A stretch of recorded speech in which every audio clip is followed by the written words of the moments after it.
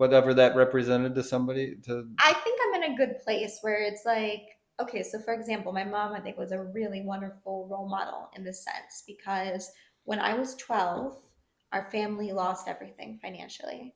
My dad had to file Chapter 7.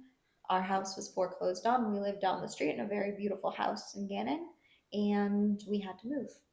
And so many Yeah. people called my mom and were like, you got to divorce your husband. He's not providing for you anymore. Like, why would you be with him? My mom's like, because I love him. And you don't just abandon a man just because he can't, like, financially provide that life. And, like, my mom was just such a good role model of, like, what a real, Yeah. true wife should be because it's more than just money, right? And finances and being like affluent. And so we moved here, which is a beautiful apartment. We've lived here ever since.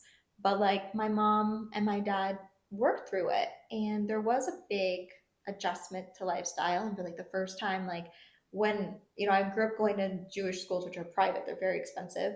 My dad paid for me to have full tuition. He paid for both my brothers, who are really his stepsons, to Hmm. have full tuition. And he even paid for other kids behind the scenes privately who couldn't afford full tuition. Like Yeah. that's how well he was doing, to us all being on academic scholarships after that. Hmm. And like it was just he just was like an incredible man who he like always worked for his family, and like even at the end of the day, like he was an Uber driver and that's what he did because if that's what it took to like support his family, that's what he did.